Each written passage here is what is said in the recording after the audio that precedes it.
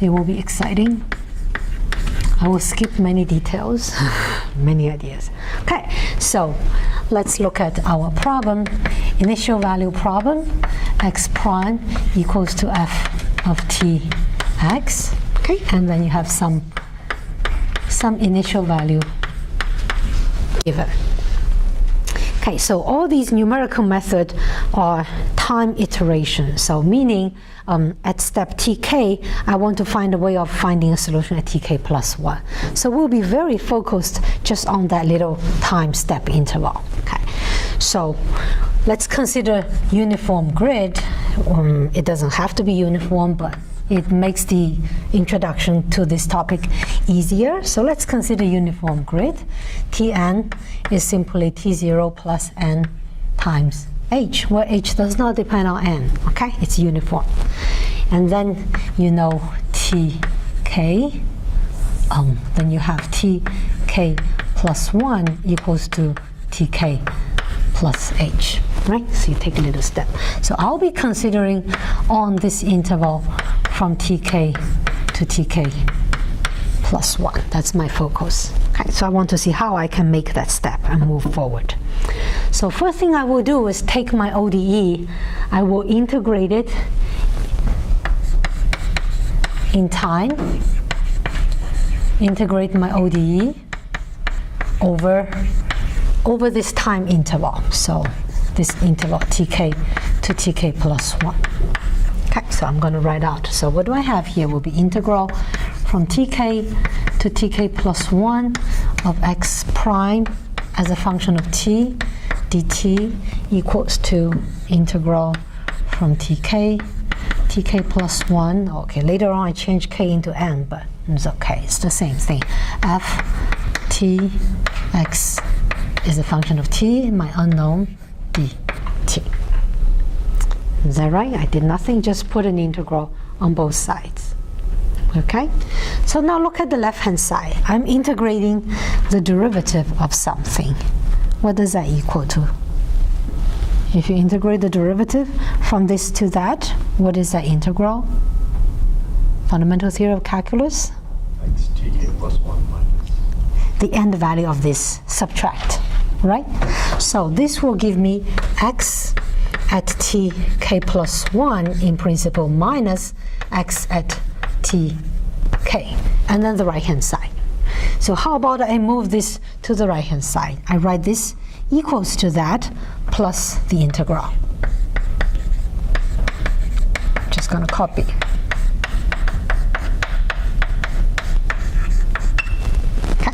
So in my iteration, I would normally refer to this as x value at k, and this I will find the approximation. I will call it xk plus 1. Is that right? So your numerical method, in the end, you come up with, you notice they all kind of carry this form. Xk plus 1 equals to xk plus h times something. Now you see what you are adding here in all those other methods. In the end, it's some kind of approximation to this integral. Do we see? So we can maybe start from here as the starting point and see, can I find some good approximation to this integral? And then I throw it in, it will give me a method. Is that clear? So find good approximation of the integral. Okay, so we have learned many methods of doing integral, numerical integration. Remember, trapezoid rule, Simpson's rule, and we mentioned last time that the Hoynes method is basically trapezoid rule, and the Runge-Kutta fourth order, the classical one, is basically Simpson's rule, right? And today we're going to look at some others, okay? View it in a different way. So how do I find a good approximation to this integral in a general sense?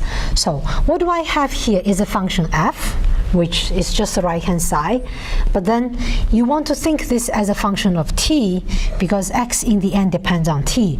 And then this thing as a function of t is really complicated, because x is still my unknown. I don't really know it, right? So in the end, you think this is a function of t, and you want to integrate it on this interval. For general function, it's going to be very hard to integrate, but then we learned a trick already in this course, that is, I can approximate this function with something that's easy to integrate. What do you think that something shall be? What we have been substituting function with?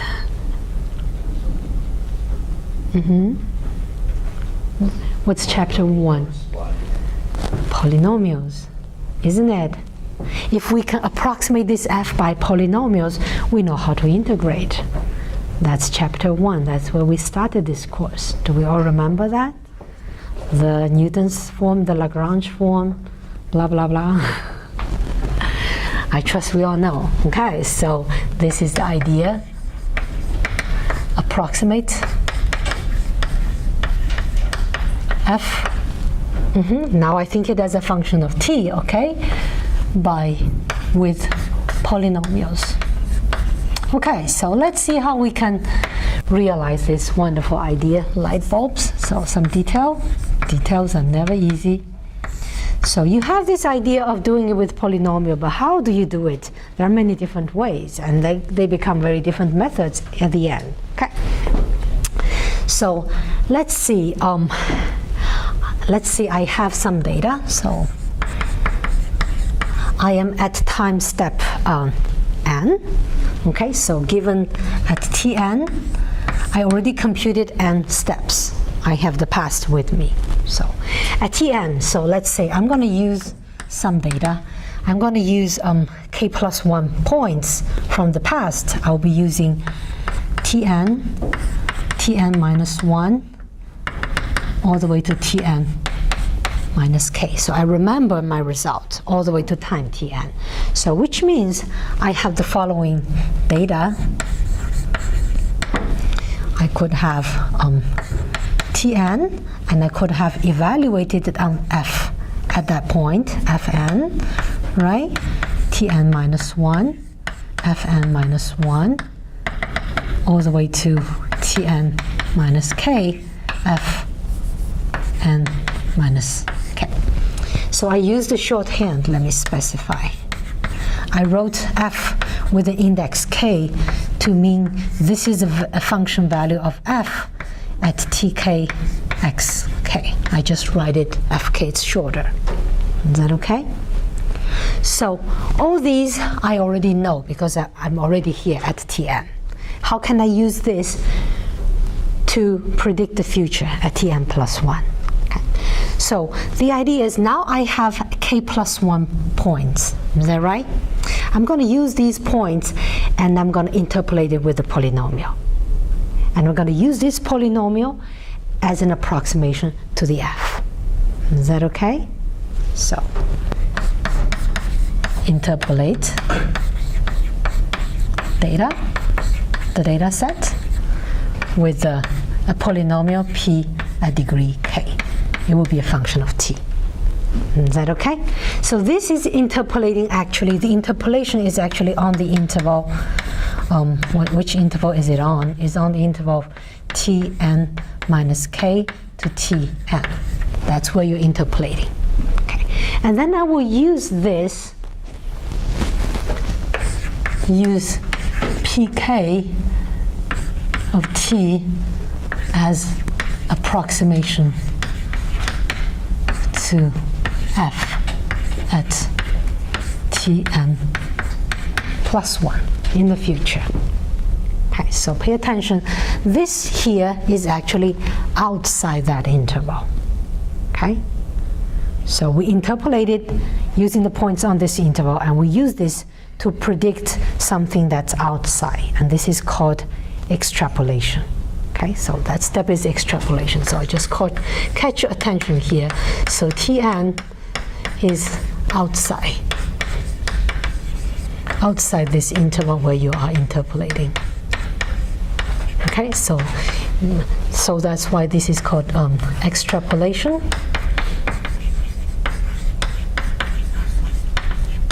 Okay, so it's slightly different from what we have done. Okay, so are we okay with polynomial interpolation? I mean, the most elegant way is just throw in the Lagrange form and then using these cardinal functions, and you can immediately write it out. Is that right? Are we okay? So, for example, pk Lagrange form would be, or would that be, fn multiplied by the Lagrange polynomial at that point, and then fn minus 1, the Lagrange polynomial there, plus all the way to the last point. I did call it n minus k. Let's just keep the notation. Say the Lagrange form, you can do that. Is that okay? All right, so now the time step, your iteration, then you will be using this pk, substituting it for f. So now your iteration becomes the following. It's this integral form, tn plus h of pk of t dt. Okay. So, by the way, this right-hand side, I don't know if you have taken any 400 level ODE. That is the famous Picard operator. That's mathematicians used it to show existence and continuous dependence. It's a contractive operator, then the solution is unique, blah, blah, blah. But okay, stop me. Don't let me be carried away. I'll be talking about something else. But this is a classical way of looking into differential equation, integrating it, change it into an integral equation. That's a very standard technique. Okay, it reduces the regularity you have to assume on the solution. For example, the solution here, x doesn't even have to be differentiable because you're not differentiating it at all, right? Okay, so back to our method. You can see that if I plug all these in, I can integrate each term. And that's a constant that can be pulled out. I'll be just integrating the cardinal function on the interval from tn to tn plus h, which will end up to be a number with h inside, right? All of these will be. So these, in the end, can all be written in the following form. That is, I can take the h out, that's the interval length, and then each value f here will be multiplied by a number that's the integral of the cardinal function. Is that okay? So let me denote this number like bn, fn, bn minus 1, fn minus 1, all the way to bn minus k, fn minus k.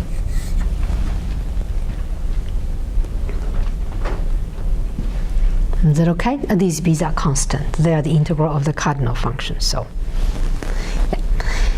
And then your job is just to fix a k. K tells you how many points back in the past you go and dig it out. You're using these informations, and then you can write out the cardinal function, integrate it, and you can find all these constants. Okay, so we'll take some smaller k numbers and see what we have. So take it as an example for some k numbers. So let's say k equals to 0. That's the smallest we can think of. So what does that mean? That means I'll be just taking 1 point. Is that right? And you have to fit in a constant, right? So your function will just equal to fn as a constant. Is that clear? So writing this out, what do you get? xn plus 1 will equal to xn plus h times, well, just that constant, which is f of n. What is f of n, if you want to be specific, is tn xn. Do we recognize this? Isn't that the Euler step? Is that right? That's the forward Euler. Okay, and that's first order, we know. So let's bump it up, take k to be 1, and see what we get. So we have to fit in a linear polynomial, so we need to somehow write down this p1 so we can integrate it. So what will be the p1 here? P1 will be interpolating 2 points. P1 of x has to interpolate, what does it have to interpolate? 2 points. One is Tn Fn, and the other is Tn minus 1 Fn minus 1. Is that right? It's a straight line between. Are we okay writing out a function of a straight line? We okay? So what will be the P1? You can use the point slope form, whichever form, or you can even throw in the Lagrange form. Then you just write the cardinal functions. Okay, so let's say I fix that as my point. So this will become f of n minus 1 plus f of n minus fn minus 1. I wanted the slope, and the Tn, the distance between these two t is just h. So I'm just putting the h times, it's a function of t, sorry, not x, t. These are functions of t. So t minus, I'm at m minus 1, right? That's a straight line. And you can integrate it, can't we? So xn plus 1 equals to xn plus the integral from Tn to Tn plus h of p1 t dt. Well, t is the variable, everything else is constant. It's not hard to work out that integral, isn't it? It's the area of the trapezoid, if you visualize it. Are we okay? You fill it in, I give you what comes. Details, I don't care. It's what comes out is more interesting. So I get xn plus h times 3 over 2 fn minus fn minus 1. As predicted, it takes this form. Some number times fn plus some number times fn minus 1. Is that right? That number is just those integrals. Are we okay? You can go further. Let's just go one step further. In the notes, I have more, but I'm not going to go through in the class. Let's say k equals to 2. Well, it's now, at this point, it's totally repetitive, meaning you'll have to find a p2 that interpolates 3 points. It's a polynomial of degree 2, parabolic, right? You can probably write it into the cardinal function form, the Lagrange form, then you just have to integrate the cardinal functions. Is that okay? No details, I'll give you the method. You know how to do it, it's just details. You can fill in if you're curious. So this gives me that one. I have h here. Now I have 3 of these f's adding up with coefficients in the front. So 23 over 12 fn minus 4 over 3 fn minus 1 plus 5 over 12 fn minus 2. Okay. And then k equals to 3, then you will have one more term with fn minus 3 with different coefficients in the front. Okay, it's in the notes, I don't have to put it up. So, but you understand how that can be obtained, do we? Okay, so I want to catch your attention of this method, k equals to 1. That's the most celebrated method. So it's this right-hand side. So basically you're saying xn plus 1 equal to that. That's your method. Okay, so this method carries a name of their inventor. This is called Adam-Bashforth method. Adam-Bashforth, and then they can all be called, but this one in particular is very much referred to Adam-Bashforth. The second order method is the more important one. Okay, so you can write AB, or I might call it like AB2, the second order. Okay, so So you know, if I use that, you know which one I'm talking about. How's that? We okay? It's not bad, right? Okay, I scared you too much. Okay, so let's go backwards. So analyzing these methods, looking at it, so can you say what's good and what's maybe not so good, what one can improve based on these methods? It takes a bit of time to develop, but once you have the method, say AB2, look what you have to do at every time step. Fn minus 1 is already computed. Fn is already computed. You can just store them, right? No computation needed. You do 1 minus, 1 multiplication, 1 plus, a couple of flops. But then you also need to compute f of n plus 1 at this step, because that will be used in the future. So one function evaluation. Do we see? Extremely efficient, because that's the most expensive part, is to evaluate f, right? So very efficient. Okay, so let's put these down, and then we're gonna just write here. Okay, let me just write here. What's the good thing? Very efficient. Efficient meaning quick to compute, and very fast to compute. Efficient and fast, and then make that the same thing. So, and what is not so good about it?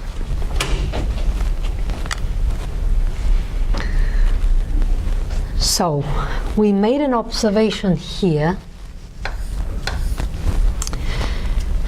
We are interpolating the data on the interval from Tn minus k to Tn, and then we have an interpolation polynomial, and we have error estimate for it for all the values t on this interval. We know how to estimate the error. But we use this function to approximate the function f outside. We're doing extrapolation. Okay. The error estimate is different if you extrapolate. The error is bigger. Right? We didn't do that, but you take my words. You have everything. You get all informations on this interval, and based on that, you have some approximation. And then you say, I use it to predict something outside. Of course, you're not that accurate if it's outside. Does that make sense? So the error is somewhat bigger, okay? Because of extrapolation. Is that okay? So it's intuitive, and you can verify it if you really do a detailed error analysis. But is it okay we take that fact? All right, so how can you improve then? Let's go about and try to improve. Some ideas of improving it. Improvement.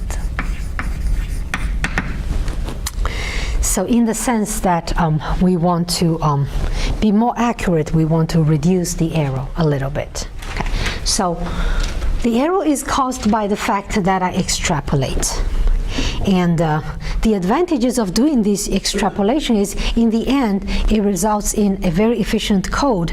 And I should have mentioned that all these methods are using the information in the past, Tn or earlier, just one simple computation, and you get information for the future. So this is called explicit method. I should mention that. Okay? Meaning the computation of the future depends only on the information from the past. Okay? But then that causes error.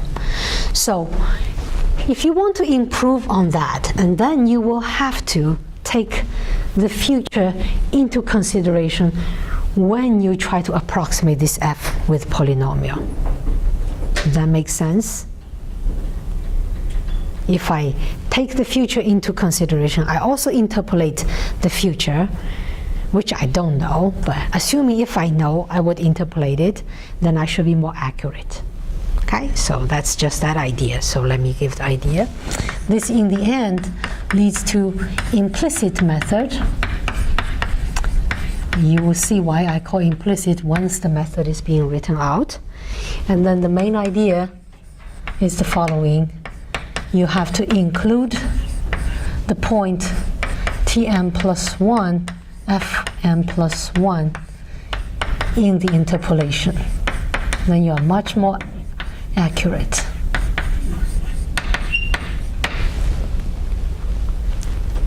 It's a very simple idea.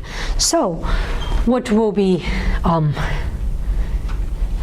be doing? So now we will be given the data. We say not given, so we'll be using the data because part of it is still unknown. So it will be similar to here. Here we use the present and the past, but now we have to add one point that is the future. Okay, so we'll put in Tn plus 1, Fn plus 1 into the point that I interpolate. Okay, even though I don't know it, pretend it's known, what would I have been done?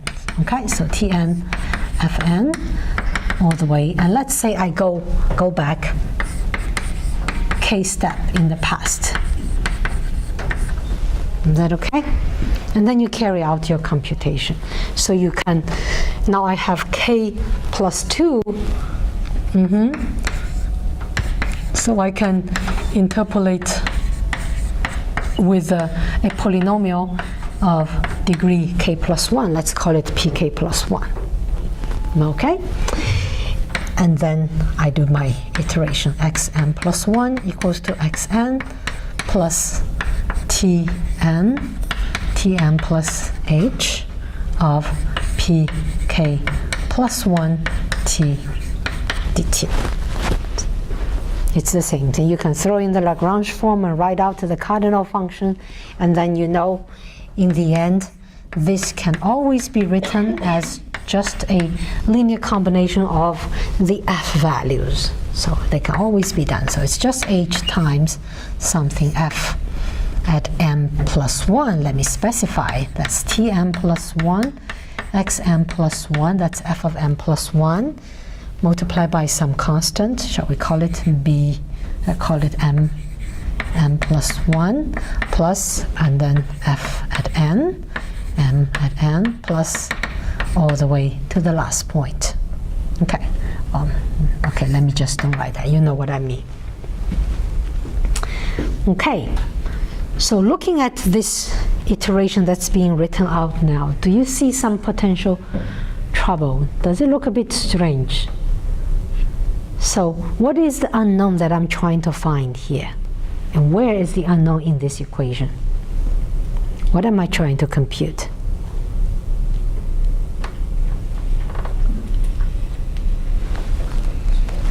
Xn plus 1, isn't that what I'm trying to compute? It's on the left-hand side, right? Does it occur on the right-hand side as well? Do we see it?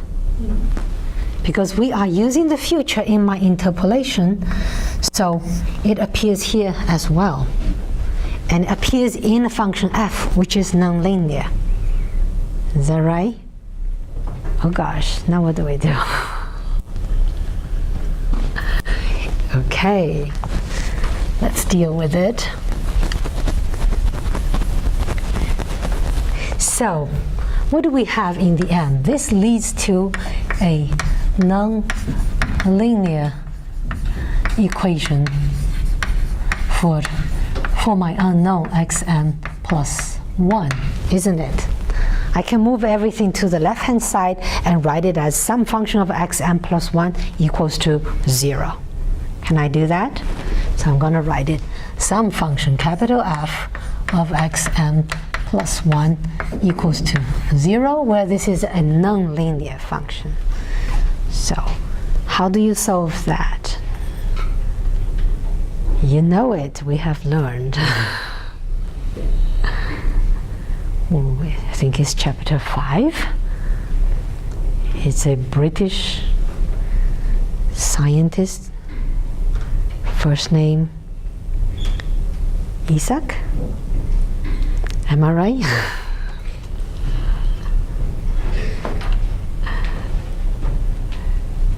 Come on, let's save some time. Tell me, what method do we use to solve nonlinear equations? Newton's method. Is that right? You will have to throw in some Newton iteration here. Otherwise, how do you solve it? You don't know. Okay, so Newton iteration. Or if you don't like Newton iteration because it forces you to find the derivative, well, you can go to secant, which is totally fine. Secant iteration. Either of them. Okay, so how much do we remember from Newton iteration? I bugged you in the second exam. It's full of Newton iteration stuff. So I care about convergence. I care about how fast it converges. So what can you tell me? Does Newton's iteration converge? Conditional, unconditional? What do I have to be careful about if I throw in a Newton? What kind of a convergence does it have? Quadratic, so the error has to be, the initial error has to be close to less than 1. If you have a good initial guess, it's quadratic, it's extremely fast. 1 iteration, 2 iteration, you get really close, right? So, initial guess is important because if this is not good, there's no guarantee that it will converge at all, right? So how do I find an initial guess that's good, that I know for sure lies very close to the answer? And then if it's really good, then 1 iteration is enough. You'll get me really close. So, any suggestions? How can I make my initial guess?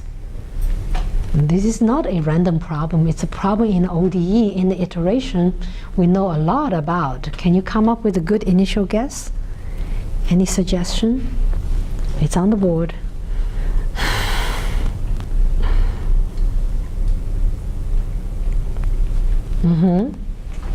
So what are we trying to do? We were trying to improve from this simple implicit method, and we made it explicit method, and we made it complicated into an implicit method. And now we need a good initial guess. It's here, isn't it? I can use this as my initial guess. I know it contains somewhat bigger arrow, but it's a very, very good initial guess. Do you agree? I can throw in an explicit method, do 1 step and say that's my initial guess, and 1 Newton iteration, I'm good. Do you agree? Perfect initial guess. So best initial guess, let's say I use the Adam-Bashforth second order. Explicit. Take 1 step, I have a very good initial guess. And after this, you do 1 Newton iteration, maximum 2. I think 1 is enough. 1 Newton iteration. Then you have a very accurate result. Is that okay? All right. So let me write out a couple of candidates. Let me write it over here. So these implicit methods put small values of k, okay? I'm going to write out. So example, that's a second, all these implicit method with small values of k. Let's say first, k equals to -1. That means I'll be only using the future to predict the future. I don't even use the present. So which means, and in here, when I'm trying to fit in a polynomial, I'll be taking just 1 point in the future. I'll fit it with a constant. Okay? So this gives me an implicit method of the following form. H times f in the future. So f at t n plus 1, x n plus 1. And you see the unknown appears on the right-hand side. It's implicit. Okay? So this is the famous backward Euler.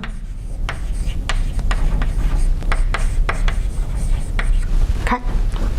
Later we'll fuss more over implicit versus explicit. We'll get to that. So k equals to 0 means I'll be taking 1 point here and I'll take another point. So I'll fit in a linear function. Okay? So you can work out, it's the same detail. If I work it out, it gives me the following. That will be h over 2. It's kind of a trapezoid. F at n plus f at n plus 1. It's kind of a trapezoid. So when you see fn plus 1, you know xn plus 1 is in it. And you know it's implicit. Is that okay? Okay, so one more, k equals to 1. It gives me the following. This gets me an h times, it gets nasty numbers, 5/12, fn plus 1 plus 3/2, fn minus 1/12, fn minus 1. So you know xm plus 1 goes in here. That term makes the whole thing implicit, that you are forced to throw in a Newton. All right? Is that okay?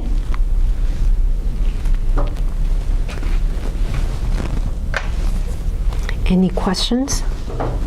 Are we okay? If you paid attention at the beginning, you shall be asking me, but you said multi-step method. Still so far, each one is single step. What do you mean by multi-step? That's the highlight. At the end, I'm going to combine these and design a very efficient, very famous multi-step method. Okay? You just throw them together. So it's very easy now to understand multi-step. This is actually a two-step method. Okay, so what I will be doing is the following. I'll be combining the explicit method and the implicit method that we just derived, combine them into a two-step. So what I do first is to use the explicit method to predict what the future will be. And I know that prediction contains maybe a big error. And then, using the information from the implicit, I do and correct my prediction and make it better. Okay? So once I write it out, you will know. So this method carries the name Adam-Bashforth Moulton. I'll write it. Adam-Bashforth Moulton. M-O. How do I spell your name, Moulton? M-O-U-L-T-O-N? I think so. Or he'll sue me I spell his name wrong. Okay, so I need some information. So given I have this information, xn minus 1. So this is using second order Adam-Bashforth, okay? And I know the fn and fn minus 1. So I need to take one step to the past. I have a past and the present. I use this to predict one step in the future. Okay. So what I do first step is Adam-Bashforth 2 with k equals to 1, the second order. Okay. So I use this just as a predictor. It's not my final result. So it's not my xn plus 1. It's a star. It's a temporary result. So copy the method there, the one in the block. This is xn plus h 3/2 fn minus a half fn minus 1. All right, that's the one we derived earlier. And then I know for the next step, I need the function value at n plus 1, because next step I'll be using it. So I prepare myself. But then this is still a prediction. It's not the final result. Okay, that's just evaluating f at tn plus 1 at xn plus 1 star. So between these two computations, can you tell me which one is the time-consuming one? Is this one takes more time, or does this one take more time? What do I have to do here? These numbers are given, I just add them up. It's super fast, right?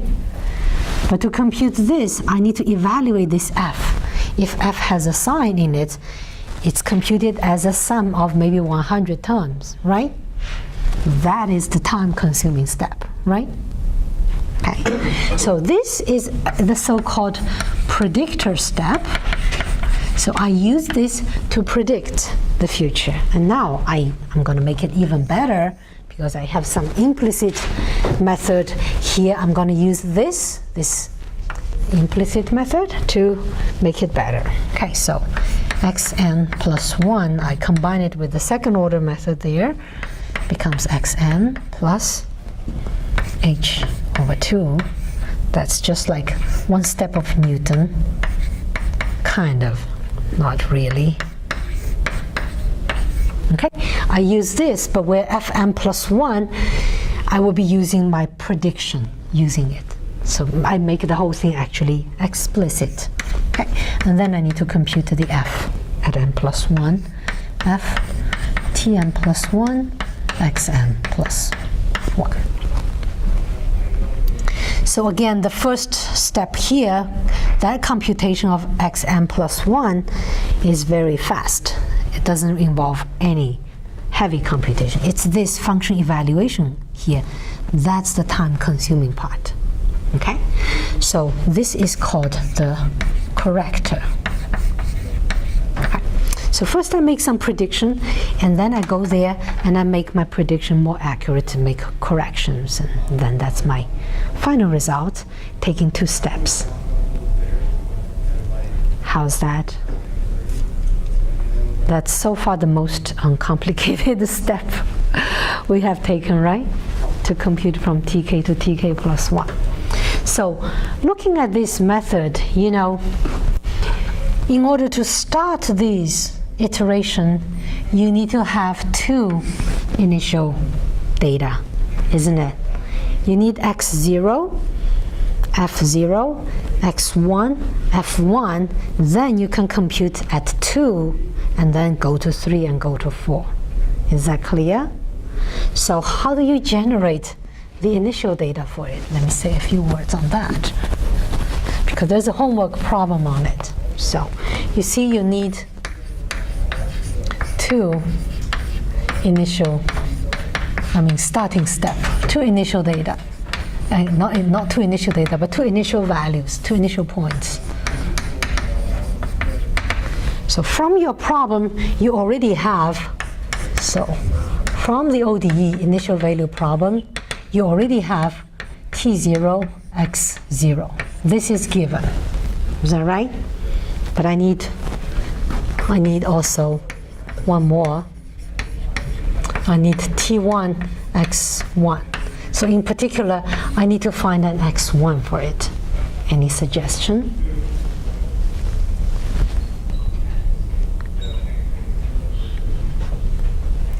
Well, you can just perform an explicit step, can't you? Can you? Simply use the explicit Adam-Bashforth second order. So the first step you don't correct, and then after that you can move on. Is that okay? Or you can put in, that's a suggestion, or you can use, if you want higher order, how about you can put a Runge-Kutta 4 to take 1 step. And then you go ahead and do this multi-step method. Is that okay? So many suggestions. But you have to be aware that you need 2 points. Then you can move on. How's that? Not as bad as I scared you about at the beginning, isn't it? Any questions?